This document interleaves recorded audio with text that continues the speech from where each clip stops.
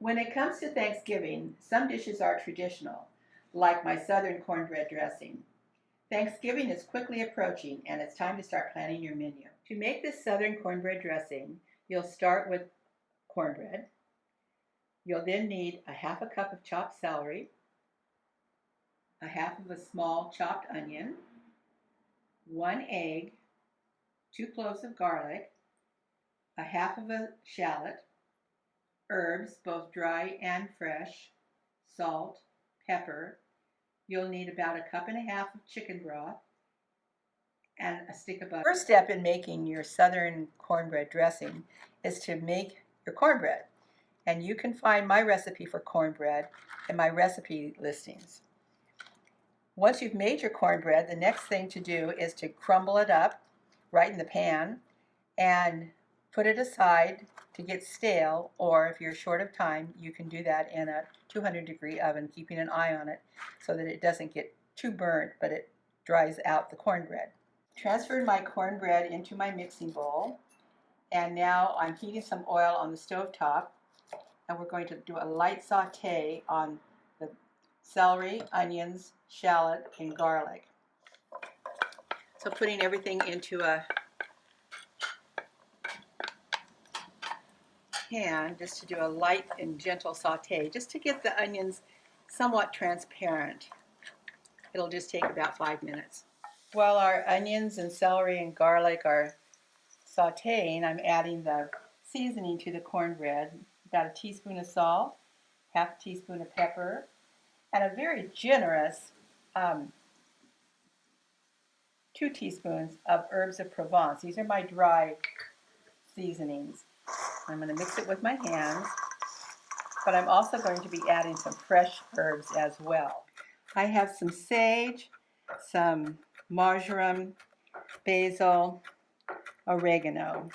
So I'm adding our fresh chopped herbs in with the sauteed vegetables and just mixing them all together into the cornbread mixture with your sauteed vegetables and fresh herbs. Some people call it stuffing, some people call it dressing, but if you're from the South, you're going to always refer to this as dressing.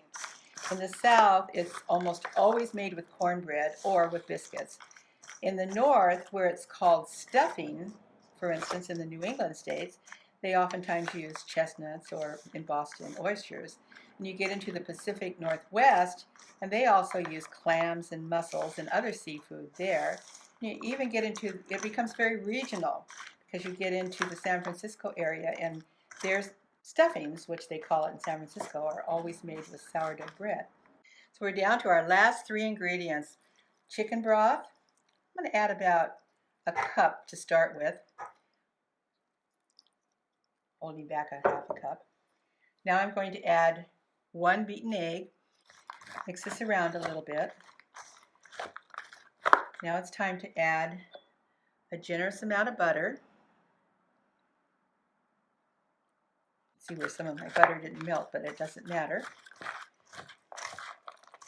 Mix it all together, and then as you're mixing it, you can decide if you're going to need more liquid or not. I think I'm going to need a little bit more, but I can't quite tell yet. This is the time you need to really get in here with your hands, and you can do it by feel and decide if you think you need more liquid. You don't want it to be too wet, but you certainly don't want it to be dry. If it's too wet, you can just add a few more breadcrumbs or additional cornbread if you have it. If it's too dry, it's much easier to correct with a little extra chicken broth. Your final step is to transfer your beautiful dressing into a prepared baking dish. This will bake at a 350-degree oven for about 30 minutes. Lincoln declared Thanksgiving a national holiday in 1863. That was during the Civil War. But it was really FDR in 1941 who deemed it a federal holiday, and from that point on, it's always been the 4th Thursday of November.